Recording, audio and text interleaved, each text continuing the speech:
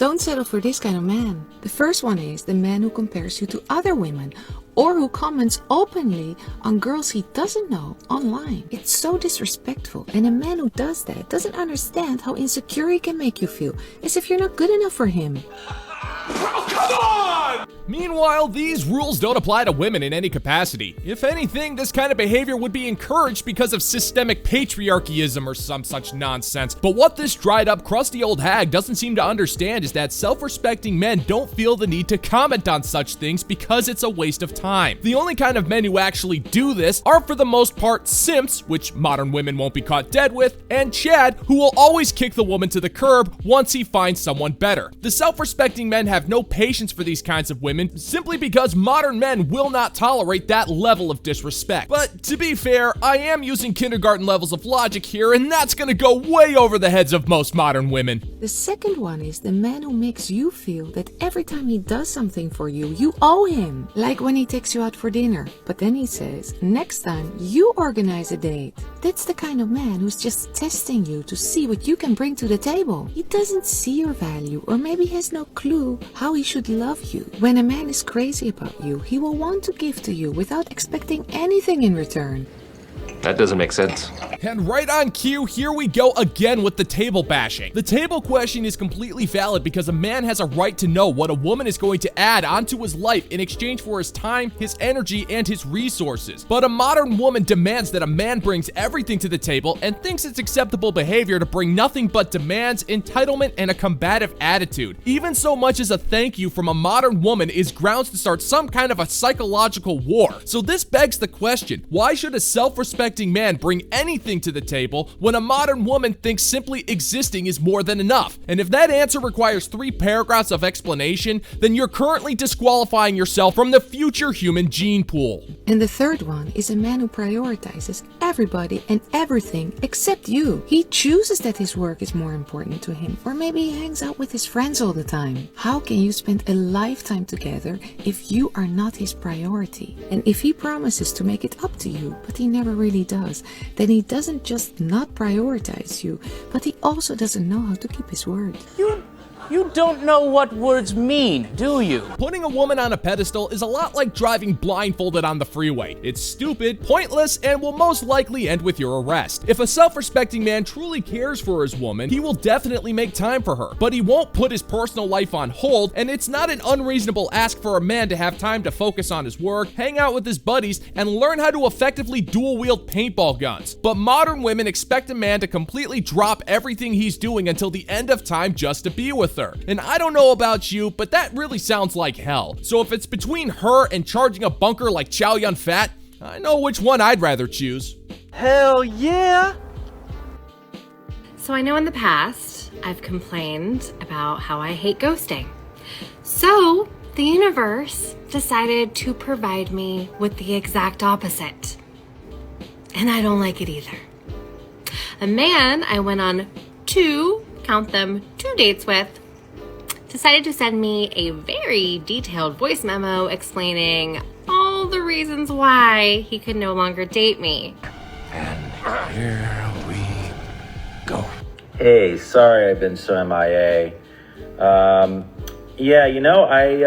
actually kind of started talking to my ex yesterday. I reached out to her, and I don't know, I had a really, really great time with you, don't get me wrong. Sure did. But you were also one of the first girls that I've been with since I've separated from her. So I don't know, as fun as it was, that kind of got me thinking about how much I still had feelings for her, and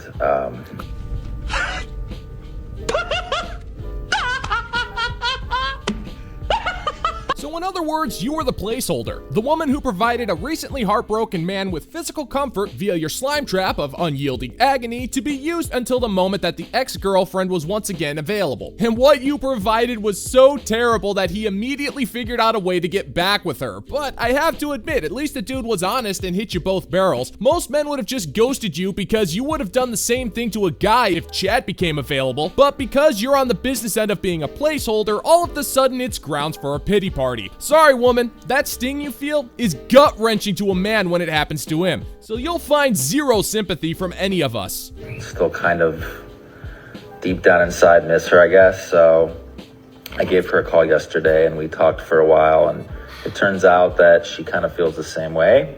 So we're gonna try to get back together and make things work. I know that's not what you want to hear, and I wasn't really expecting that to happen, but I just wanted to be honest with you at least and let you know what's happening. Fantastic. But yeah, I don't know.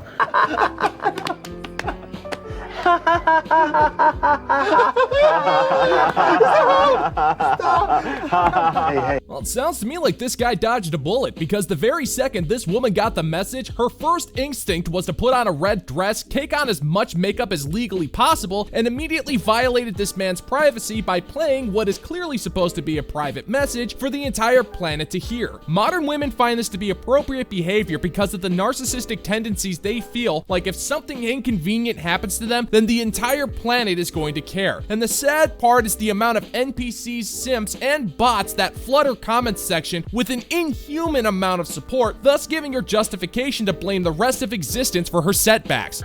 I'm sorry for putting you through this confusion, you know, and like I said, I had a really good time with you, and you know, I'm sorry that we can't keep hanging out, but I do want to give this another try. We kind of left things hanging a little bit more than I would have liked, and I'd like to just maybe try again with her, but you're welcome to give me a call back if you want, but I understand if you don't, but I'm happy to chat about it. But just know I think you're fucking awesome, and I'm sorry that this happened, but I wish you all the best of luck, and again, feel free to call if you want, okay?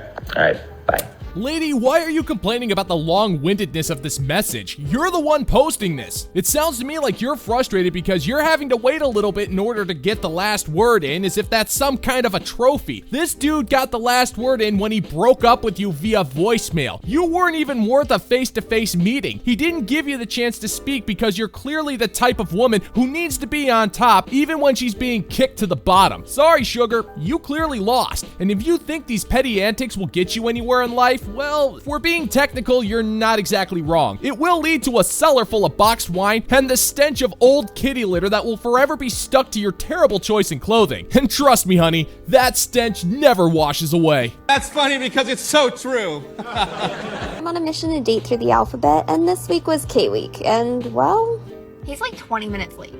I know that he's getting my text messages because I'm getting the red receipts. I hope he's okay. I don't know, like, how long do I wait? It's been 30 minutes. I tried to call him. I tried to text him. I haven't gotten an answer. So I don't really know what to do. I don't know. Oh.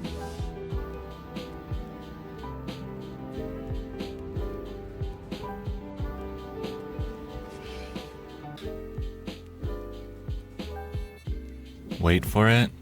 Here's a question for you, woman. How, in the name of the oven-fresh breath of the intergalactic space god Kaloba Bachard, could you possibly think that dating 26 different men was a smart idea? For starters, every time you do that, you drastically lower your market value, which clearly was already close to rock bottom. You filmed yourself hugging and kissing a bunch of random dudes, and you're most likely going to bed with at least half of them. And so Adrian may have gotten the freshest of your sloppy seconds. You're gonna expect Zed to slurp up what was left, and that's just nasty. So you can't sit there and be surprised when Chad sends you a message like this.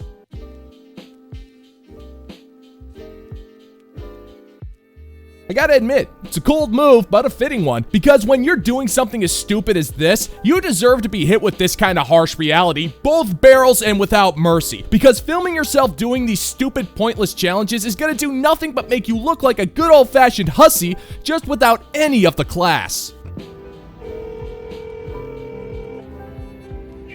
Hello? Hey, Hey, what are you guys doing? we're at the playground right now. Why, what's up? So I got stood up, Jeez. and he kind of said something that really kind of just fucked me up. And I really just kind of want my kids. If maybe you would bring the kids to come and I can just do it with them instead. Let let me call Mom and let her know what's going on, because I think they'd enjoy kayaking, but I also need to ask them or let them know. So. Okay, just let me know. Alrighty. Alright, thanks. I'll let you know what's going on. Alright, thank you. Yep. Alright, bye. Bye. You!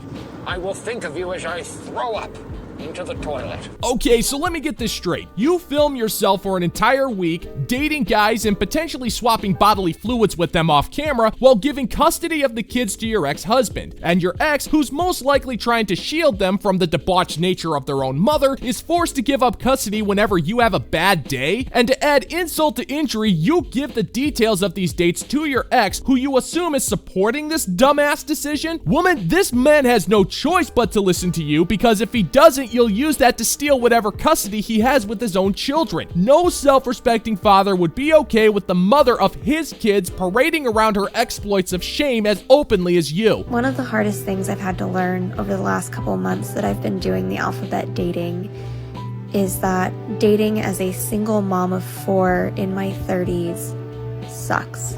I started this as a way to build a list of things that I want and don't want in a future partner, and I've learned a lot. One of those things is that I want somebody who is going to be able to accept the fact that my children are the biggest part of my life. Liar! Liar! Liar! Oh, that is a straight up lie, woman. If your kids were the priority in your life, then you wouldn't be demeaning the name of your own children by doing this stupid 26 dates thing in the first place. You've made it obvious that your social media fame and validation you get from the comments section are more important than your kids, because you wouldn't feel the need to film them otherwise. You carefully edited this video with dramatic music and clips of your kids to make yourself look like a victim, and you're exploiting your own children to garner sympathy to an audience of strangers. That's not something a mother who makes her kids a priority does, because word about this is gonna get out and your children are going to be relentlessly taunted over your need for internet fame. And that behavior is more in line with a scumbag. Only one person had shown any interest in my children, and he even ended things by saying that he can't see himself with somebody with 4 kids. And that sentiment has been echoed throughout these dates. They all tell me that I am really great, they have a lot of fun with me, that they want to keep seeing me, but that they couldn't really see anything serious with me. And I think that that is kind of getting to me, because my kids are freaking amazing, and I don't understand why you wouldn't want to spend time with them. So I'm gonna step away from this series for a little while and focus on my kids. I may come back to it in the future and finish, but for now, I'm just not feeling it. Nobody cares what you think. That's just it. Men don't want single mothers for anything more than a little casual fun, simply because if it gets serious, they're gonna be on the hook for supporting you and your blatant irresponsibilities. And that's not something any self-respecting man wants or needs, for that matter. You had your chance at having a lifelong commitment with a man, and you even went ahead and had 4 children with him. That was the man you were supposed to stay with, but you're so stupid you think you deserve a second chance at a relationship simply because of reasons you can't even articulate. And men see through this and use that for some bedroom fun, but when things get too serious, they will leave you almost immediately, because no man wants to be with a scumbag mother who exploits her own children for internet clout.